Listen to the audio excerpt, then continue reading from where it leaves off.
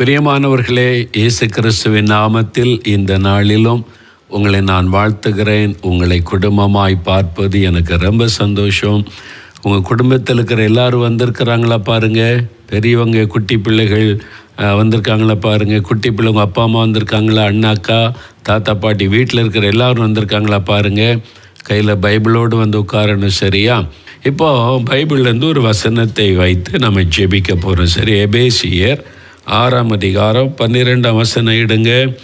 புதிய ஏற்பாட்டில் 269வது பக்கம் 269 இல்லை, புதிய ஏற்பாட்டில் அதை எடுத்துக்கொள்ளுங்க. எபேசியர் 6ஆம் அதிகாரம் 12ஆம் வசனம் பாருங்கள். நாம் இந்த நாளில் ஒரு காரியத்துக்கு ஜெபித்து கொண்டு வருகிறோம். எபேசியர் 6:12 பாருங்கள். அதில் எப்படி எனில் மாம்சத்தோடு இரத்தத்தோடும் அல்ல, துரைத்தனங்களோடும் அதிகாரங்களோடும் இப்பிரபஞ்சத்தின் அந்தகார லோகாதிபதிகளோடும் வான மண்டலங்களில் உள்ள பொல்லாத ஆவிகளின் சேனைகளோடு நமக்கு போராட்டம் உண்டு. நம்முடைய ஆவிக்குரிய வாழ்க்கையில், உலக வாழ்க்கையில் நமக்கு போராட்டம் உண்டு. போராட்டம் இல்லாமல் கிறிஸ்தவ வாழ்க்கை கிடையாது. ஒரு போராட்டம் அப்படின்னா யுத்தம், வார்ஃபேர். நமக்கு விரோதமாக யார் போராடுறது, யார் யுத்தம் பண்ணுவது? நம்ம மனிதர்களை பார்க்கிறோம். இல்லை, கண்ணுக்கு தெரியாத எதிரி, சாத்தான் என்கிற எதிரி, அவன் தான் நமக்கு விரோதமாய் போராடுகிறவன். மனிதர்களை அவன் பயன்படுத்துவான். மனிதர்கள் மூலமாய் நமக்கு விரோதமாய் கிரியை செய்வான். மனிதர்கள் வழியாய் நமக்கு தீங்கு செய்ய பார்ப்பான். ஆனால் நம்முடைய எதிராளி பிசாசானவன் தான் என்று வேதம் சொல்லுகிறது. அதில் பலவிதமான ஆவிகள் பலவிதமான கிரியைகளை செய்கிறது என்பதே வசனம் சொல்லுது. அதில் ஒன்று அதிகாரங்கள், அத்தாரிட்டிஸ். அதிகாரத்தில் கிரியை செய்கிற சாத்தானுடைய வல்லமை என்று அதற்கு அர்த்தம். எங்கெங்கெல்லாம் அதிகாரம் இருக்கிறதோ அங்கெல்லாம் இந்த அதிகாரத்தில் கிரியை ஆவிகள் செயல்பட்டு தீமையை உண்டாக்கும். ஆவியானவர் கிரியை செய்தால் அதிகாரத்தில் உள்ளவர்கள் மூலம் நன்மை நடக்கும். பாருங்க, யோசேப்பு பெரிய அதிகாரியாக எகிப்து தேசத்தில் நியமிக்கப்பட்டார். அவர் மூலம் ஆவியானவர் அவரை பயன்படுத்தி மக்களுக்கு நன்மை செய்தார் என்பதாக நம்ம வேதத்தில் நம்ம பார்க்கிறோம். அதே சமயத்தில் சில கொடூரமான ராஜாக்கள் தேவனுக்கு பயமில்லாதவர்கள் எழும்பின போது சாத்தான் அவர்களை பயன்படுத்தி மக்களுக்கு தீமைகளை உண்டாக்கினான் என்று வேதத்தில் எழுதப்பட்டிருக்கிறது. அப்போ அதிகாரத்தில் கிரியை செய்கிற ஆவிகள். அதிகாரம்னு சொன்ன உடனே இப்போ நம்முடைய பொதுவான வாழ்க்கையில் பாருங்கள். இப்போ தேர்தலுக்காக ஜெபிக்கிறோம்ல, பஞ்சாயத்து தலைவருக்குன்னே ஒரு அதிகாரம் இருக்கிறது. அப்புறம் சேர்மனுக்குன்னே ஒரு அதிகாரம் இருக்கிறது. அப்புறம் கலெக்டருக்குன்னு ஒரு அதிகாரம் இருக்குது. தாசில்தாருக்குன்னே ஒரு அதிகாரம் இருக்கிறது. மேயருக்குன்னே ஒரு அதிகாரம் இருக்கிறது. அது மாதிரி எம்எல்ஏவுக்குன்னு அந்த தொகுதியில் அவருக்கு ஒரு அதிகாரம் இருக்குது. எம்பிக்களுக்குன்னே அதிகாரம் இருக்குது. மந்திரின்னா அதுக்கு ஒரு பெரிய அதிகாரம். சீஃப் மினிஸ்டர் அப்படின்னு சொன்னால் அவங்க மாநிலத்தில் அவங்கள எதை வேணாலும் செய்யலாம், ஒரு அதிகாரம் இருக்கிறது. காவல்துறை அதிகாரிகளுக்கு இப்படி அதிகாரம் உள்ளவர்கள். அப்போ இந்த அதிகாரம் உள்ளவர்களை சாத்தான் ஆளுகை செய்து அவன் பயன்படுத்தும் போது தீமைகள் உண்டாகிவிடும். அதே அந்த அதிகாரிகளை ஆவியானவர் ஆளுகை செய்து ஆண்டவர் பயன்படுத்தும் போது நீதி, நேர்மை, ஆசீர்வாதமான காரியங்கள் நடக்கும். அதனால தான் இந்த அதிகாரத்தில் உள்ளவங்களுக்காக ஜெபிக்க வேண்டும் என்று 1 தீமோத்தேயு 2ஆம் அதிகாரத்தில் ஆண்டவர் ஆலோசனை கொடுத்திருக்கிறார். அதிகாரத்தில் உள்ளவங்களுக்காக ஜெபம் பண்ணுங்கள் என்று. மாநிலத்தை ஆளுகிற அதிகாரம் உள்ளவர்களை நியமிப்பதற்கு, அந்த ஒரு தொகுதியை, எம்எல்ஏ தொகுதியில் அந்த தொகுதிக்கு நன்மை செய்ய ஒரு அதிகாரம் உள்ளவரை ஏற்படுத்துவதற்கு தேர்தல் நடக்கிறது. அப்போ ஒரு மந்திரி ஒரு விவசாய மந்திரி, கல்வி மந்திரினா அந்த விவசாயத்துறையில் எல்லாரையும் ஆளுகை செய்யக்கூடிய அதிகாரம் அவருக்கு. கல்வித்துறை என்றால் கல்வி காரியத்தில், ஸ்கூல், காலேஜ், மற்ற காரியத்தெல்லாம் தீர்மானிக்கிற அதிகாரம். இப்படி ஒவ்வொன்றுக்கும் ஒரு அதிகாரம் இருக்குல்ல. இவங்களை தெரிந்தெடுப்பதற்கு தான் தேர்தல் நடக்கிறது. அதனால தான் ஆண்டவர் ஜெபிக்க சொல்லுகிறார். தமக்கு சித்தமானவர்களை தேவன் ஆளுகளை கொண்டு வர நாம் ஜெபிக்க வேண்டும் என்று தானியேல் 5:21 ஆண்டவர் சொல்லியிருக்கிறார். நாம் ஜெபிக்க தவறிவிட்டால் சாத்தான் தன்னுடைய திட்டத்தை நிறைவேற்றுகிற ஆளுகையில் கொண்டு வைத்து விடுவான். தேசத்தில் தீமையான காரியம் நடக்கும், சமாதானம் பாதிக்கப்படும், நன்மைகள் பாதிக்கப்படும், சுயநலவாதிகள் அவங்க செயல்படுவாங்க, அவங்க மூலமாய் தீமையான காரியம் தேசத்தில் நடந்துவிடும். அதனால தான் ஆண்டவர் சொல்கிறாரு, நீங்கள் ஜெபம் பண்ணுங்கள் என்று சொல்லுகிறார். இதை நம்ம நிறைய காலங்களில் உணராமல் போய்விட்டோம். அத்தனை கிறிஸ்தவர்களும், அத்தனை கிறிஸ்தவ குடும்பங்களும், அத்தனை கிறிஸ்தவ சபைகளும் இணைந்து நம்ம சரியாக ஜெபிச்சிருந்தா பெரிய ஆசீர்வாதமான மாற்றங்கள் வந்திருக்கும்.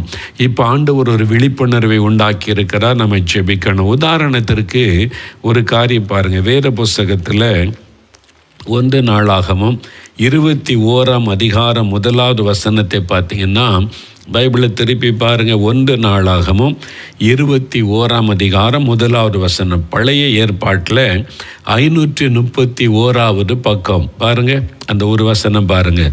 சாத்தான் இஸ்ரவேல் தேசத்துக்கு விரோதமாய் எழும்பி இஸ்ரவேலை தொகையிடுவதற்கு தாவீதை ஏவி விட்டது.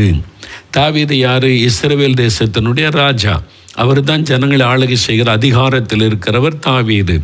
இவர் கர்த்தருக்கு பிரியமானவர், அபிஷேகம் பெற்றவர், கர்த்தரின் மேய்ப்பராய் இருக்கிறார் என்று பாடினவர், நல்ல ஆண்டவருக்கு பயந்து நடக்கிறவர். இப்போ சாத்தான் இஸ்ரவேலுக்கு விரோதமாய் எழும்பி இப்போ இந்திய மக்களுக்கு தீமை செய்யணும், தமிழ்நாட்டு மக்களுக்கு தீமை நடக்கணும்னா சாத்தான் தமிழ்நாட்டு மக்களுக்கு விரோதமாய் எழும்பி ஆளுகிறவர்களை பயன்படுத்துவான். இந்தியாவுக்கு தீமை நடக்கணுமான சாத்தான் இந்தியாவுக்கு விரோதமாக எழும்பி தேசத்தை ஆளுகிற தலைவர்களை பயன்படுத்துவான். இதான் பைபிளில் சொல்லப்பட்டிருக்கு. இங்கே பாருங்கள், சாத்தான் இஸ்ரவேலுக்கு விரோதமாக எழும்பி இஸ்ரவேலை தொகையிடும்படி தாவீதை ஏவி விட்ட. தாவீதுக்குள்ள ஒரு ஏவுதல் உண்டாகுது. மக்கள் தொகை எடுக்கணும், எவ்வளோ ஜனங்க இருக்கிறாங்க அப்படின்னு சொன்னால் அங்கே யூத தேசத்து மக்கள், இஸ்ரவேல் மக்கள் என்று அவங்க மாதிரி கொஞ்சம் பிரிவினையில் இருந்தாங்க. அதனால் இவன் கணக்கெடுக்கிறான், நமக்கு சப்போர்ட்டாக எவ்வளோ பேர் இருக்கிறாங்க, எதிராக எவ்வளோ பேர் இருக்காங்கன்னு கணக்கெடுக்கிறான். இது தேவனை துக்கப்படுத்தி விட்டார். அதனால் தேசத்தில் ஒரு கொள்ள நோய் ஆயிரக்கணக்கான பேர் இறந்து போனாங்க. பெரிய பாதிப்பு தேசத்துக்கு உண்டானது. ஒரு லீடர் பண்ணுகிற தவறு மக்களை பாதிக்கும்.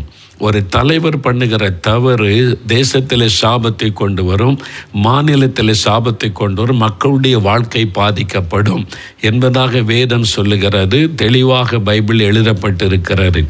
தாவீது தலைவன் பண்ண ஒரு மிஸ்டேக்குனால, தவறுனால தேசத்தில் ஆயிரக்கணக்கான பேர் மரிச்சு போயிட்டாங்க. கொள்ளு நோயின் தாக்கம் விட்டது.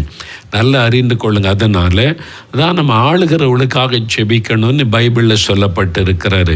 கிறிஸ்தவர்களுக்கு தான் இது தெரியும், நமக்கு தான் பைபிளில் இது எழுதி கொடுக்கப்பட்டிருக்கிறது. நம்முடைய தேவன் தான் ராஜ்யங்களை ஆளுகிற தேவன் என்பதாக பைபிளில் நம்ம பார்க்கிறோம். அதனால நாம் கருத்தாய் ஜெபிக்கணும். பார்த்தீங்களா, தாவீதையே சாத்தான் பயன்படுத்தி விட்டான் என்பதாக. அதனால் நம்ம கருத்தாய் ஜெபிக்கணும். அதிகாரத்தில் கிரியை செய்கிற ஆவிகள், அது ஒரு ஆவி, அதிகாரத்தில் கிரியை செய்கிற ஆவி என்று எபேசியர் 6:12 சொல்லப்பட்டிருக்கு. அப்போ நம்ம என்ன செய்யணும்? அதிகாரத்தில் கிரியை செய்கிற பொல்லாத ஆவிகள் இயேசுவின் நாமத்தில் கட்டப்பட வேண்டும். எங்கள் தமிழ்நாட்டில், எங்கள் மாநிலத்தில், எங்கள் தேசத்தில் அதிகாரத்தில் இருக்கிறவர்களை பயன்படுத்தி தீமை செய்ய நினைக்கிற பொல்லாத சாத்தானுடைய வல்லமைகள் இயேசுவின் நாமத்தில் கட்டப்படணும் அப்படின்னு ஜெபிக்கணும். அப்போ தவறான ஆட்களை அதிகாரத்தில் கொண்டு வர தேர்தல் மூலமாய் சாத்தான் கிரியை செய்வான். அதுதான் வேதத்தில் சொல்லப்பட்டிருக்கிற காரியம். இப்போ நம்ம அதுக்கு தான் ஜெபிக்க போகிறோம். ஆண்டவரே, எங்கள் மக்களுக்கு நன்மை நடக்க, தமிழ்நாட்டில் நன்மை நடக்க, எங்கள் மாநிலத்தில் சமாதான நல்வொழுக்கம் ஆசீர்வாதம் காணப்பட, நல்ல தலைவர்கள் எழும்பணும். இந்த அதிகாரத்தில் கிரியை செய்கிற சாத்தானுடைய வல்லமை இயேசுவின் நாமத்தில் கட்டப்படணும். நம்ம ஜெபிச்சா அந்த வல்லமை கட்டப்படும். நம்ம ஜெபம் பண்ணினால் அந்த தீய கிரியைகள் முடக்கப்படும். நாம் ஜெபம் பண்ணினால் சாத்தானுடைய திட்டங்கள் முடக்கப்பட்டு விடும். அப்பதான் தேவன் அதில் செயல்பட முடியும். சரியான நபரை தேவன் ஆளுகையிலே கொண்டு வர முடியும். அதனால எங்கள் தொகுதியில் உம்முடைய ரத்தத்தை தெளிக்கிறோம். சாத்தானுடைய திட்டம் எதுவும் இங்கே பலிக்கக்கூடாது. அதிகாரத்தில் கிரியை செய்கிற ஆவிகள் இயேசுவின் நாமத்தில் முடக்கப்படணும். தவறான நபர்கள் வெற்றி பெற்று வந்துடக்கூடாது. சரியான நல்ல ஆட்கள் தான் ஜெயிக்கணும். பிசாசுடைய தந்திரங்கள் இதில் முடக்கப்படணும். சாத்தான் என்னென்ன தந்திரம் செய்கிறானோ தவறான ஆட்களை வெற்றி பெற வைப்பதற்கு அந்த கிரியைகள் எல்லாம் இயேசுவின் நாமத்தில் முடக்கப்படணும். மந்திரம், தந்திரம், எந்திரம் காரியங்களில் சாத்தானுடைய தந்திரங்கள், மனுஷனுடைய தந்திரங்கள் எல்லாம் இயேசுவின் நாமத்தில் முடக்கப்படணும். நாங்கள் குடும்பமாக அதுக்காக ஜெபிக்கிறோம் அப்படி சொல்லி நம்ம ஜெபிக்கணும். சரியா? இப்போ உங்களுக்கு விளங்குதா பைபிளில் சொல்லப்பட்ட காரியம்? எபேசியர் 6:12 சொல்லப்பட்டிருக்கிற காரியம் அதிகாரத்தில் கிரியை செய்கிற ஆவிகள். அதனால தான் தவறான தலைவர்களை பிசாசு எழுப்பி தேசத்தில் சாபமான காரியத்தை கொண்டு வர அவர்களை பயன்படுத்தி விடுவான். நம்ம ஜெபம் பண்ணினா தேவன் அதில் தலையிட்டு சரியான தலைவர்களை நமக்கு கொடுத்து நன்மையான ஆசீர்வாதங்களை தேசத்தில் கட்டளையிடுவார். நன்மையும் தீமையும் நம்முடைய ஜெபத்தில் தான் இருக்கிறது. அதனால தான் ஜெபம் பண்ண வேண்டும் என்று 1 தீமோத்தேயு 2:2 அதிகாரத்தில் உள்ளவர்களுக்காக ஜெபம் பண்ணுங்கள் என்று வசனம் சொல்லுகிறது. சரியா? இப்போ ஜெபிக்கலாமா? எல்லாம் முழங்கால் படியிடுங்க. நம்ம முழங்கால் படியிட்டு ஜெபிக்கலாம். ஏசப்பாட்டு குட்டி பிள்ளைகள் கூட முழங்கால் படியிடுங்க. அப்படியே முழங்கால் படியிட்டு கை கோப்பி ஜெபிக்கணும். பெரியவங்க எல்லாம் நீங்கள் ஜெபிக்கணும். எல்லா அதிகாரிகளை உம்முடைய ஆளுகைக்குள் ஒப்பு கொடுத்து ஜெபிக்கிறோம். தேர்தல் அதிகாரிகள், காவல்துறை அதிகாரிகள், ஆண்டவரை வாக்குச்சாவடியில் இருந்து செயல்படுகிற அதிகாரிகள் எல்லாரும் மேலே ஆண்டவருடைய ஆளுகை இருக்கணும். அவங்க நீதியாக நேர்மையாக செயல்படணும். யாரும் பணத்துக்காக ஒரு தவறான உயர்வுக்கு ஆசைப்பட்டு அநீதியாக செயல்பட்டு விடக்கூடாது. ஒவ்வொரு அதிகாரத்தில் நீர் ஆளுகை செய்யணும். இந்த அதிகாரத்தில் உள்ளவர்களை பயன்படுத்தி எங்கள் தமிழ்நாட்டை, எங்கள் மாநிலத்தை, எங்கள் தேசத்தை சாபத்துக்குள்ளாக்குகிற சாத்தானுடைய எல்லா வல்லமைகளும் கட்டப்படணும். ஜோமனுங்க, ஜோமனுங்க. பெரியவங்கெல்லாம் வலதுகர முயத்தை ஜோமனுங்க. குட்டி பிள்ளைகள்லாம் ஜோமனுங்க. தகப்பனே, எங்கள் தமிழ்நாட்டுக்காக, எங்கள் மாநிலத்திற்காக, எங்கள் தேசத்திற்காக ஜெபித்த ஜெபத்தை கேட்டீர். இப்போ எங்கள் குடும்பத்துக்காக ஜெபிக்கிறோம். எந்தெந்த குடும்பத்தில் என்னென்ன ஜெப குறிப்புகளை வைத்து ஜெபிக்கிறார்களோ ஒவ்வொரு காரியத்தில் அற்புதம் நடக்கட்டும். குடும்பத்தில் சுகம் உண்டாகட்டும். ஒவ்வொரு குடும்பத்தில் இருக்கிற ஒவ்வொருவரை வேலை அடைத்து காத்துக்கொள்ளும். அவருடைய தேவைகள் சந்திக்கப்படட்டும். வருமானத்துக்கு வழி திறக்கப்படட்டும். செழிப்பும் நன்மையும் உண்டாகட்டும். அவளுக்கு விரோதமாக எழும்புகிற சாத்தானுடைய வல்லமைகள் அழிக்கப்படட்டும். தீமைகள் அழிக்கப்படட்டும். கர்த்தருடைய வல்லமை பாதுகாக்கட்டும். அவருடைய குடும்பத்திலும் கர்த்தர் ஆளுகை செய்து நன்மையானவளை நடத்தை தாரும்.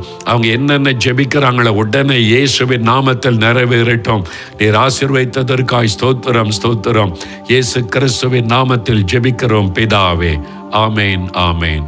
என் ஆத்துமாவே கர்த்தரை சோஸ்திரி. என் முழு உள்ளமையுடைய பரிசுத்தமுள்ள நாமத்தை சோஸ்திரி. என் ஆத்துமாவே கர்த்தரை சோஸ்திரி. அவர் செய்த சகல உபகாரங்களை மறவாதே. ஆமேன், ஆமேன்.